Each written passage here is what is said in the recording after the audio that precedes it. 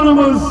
Yaşarken öldük mü, kuruduk mu? Boş gönderme, sen bundan münezzehsin. Allahümme ya nasirel mustadafin, unsur ihvanenel mücahidine fi Gazze. Zil arda tahta akdamihim. Allahümme erina fihim yevmen usuden ke yevmi adin ve zemud. Birahmetike ya erhamer rahimin. Velhamdülillahi rabbil alemin.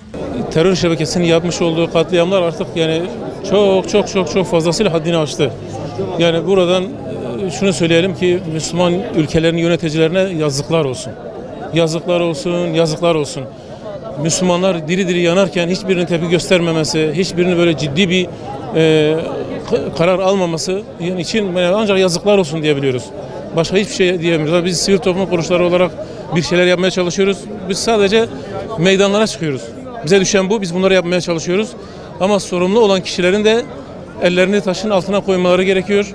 Artık bir yerde bu ateşi söndürmeleri gerekiyor. Artık işi öyle bir çığırından çıkardılar ki bu uçaklarla bomba atmaktan ziyade artık yani çadırları yakmaya başladılar ve insanları diri diri yaktılar. Yani bunun konuşulacak hiçbir tarafı yok artık. Yani Allah lanet etsin bu Siyonist çeteye ve onlara destek verenlere, onların yaptıklarına sessiz kalanlara da gücü varken ve yapmayanlara Allah lanet etsin onlara da.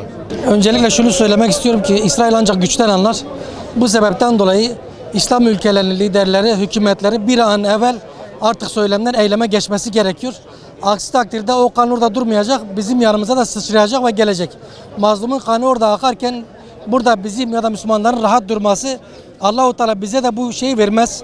Allah Azze ve Celle bu musibeti bizim başımıza getirmezden önce biz kardeşlerimizi orada kurtarmakla mükellefiz. Bu bizim mesuliyetimizdir, sorumluluğumuzdur.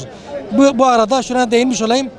Gazze'de insanlık kan ağlarken kadın çoluk çocuk dinlemeden katliamlardan geçirilirken burada festivallerin yapılması gerçekten içimizi acıtıyor. En azında yapamıyorsanız bari oynamayın. Onu iptal edin yani. Son mesajımız da bu olmuş olsun. Aslında zalim zalimliğini gösterdi. Biz Müslümanlar olarak imanımızı göstermek için, imanımı ve yine Müslümanlarla beraber olduğumuzu göstermek, insanlığımızı göstermek için bugün bu meydanlardayız. Her zaman, her yerde meydanları kesinlikle ta bu zulüm bitinceye kadar asla terk etmememiz gerekiyor. 7 Ekim'den bu yana Müslümanların başında bulunan hiçbir yöneticiden doğru dürüst bir ses çıkmadı. Herkesin tek derdi kendi tahtını korumak ve devam ettirmektir. Büyük vampir, büyük zalim olan İsrail 7 Ekim'den beri onları tehdit de etmesine rağmen, 7 Ekim'de onları tehdit etmesine rağmen hiç kimse lan sen kimsin bile diyemedi.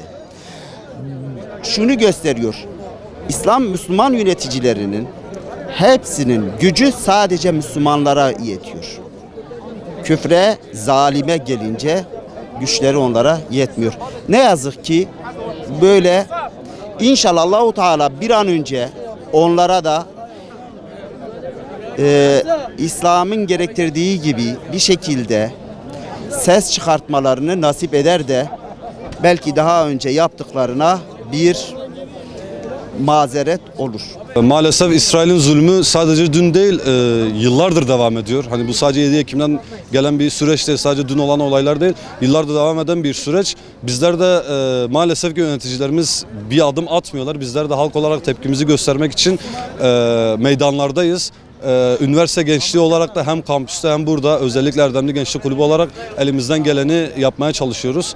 Meydanlardayız, sesimizi en gür şekilde çıkarmaya çalışıyoruz. İnşallah Rabbim oradaki kardeşlerimizin yardımcısı olsun.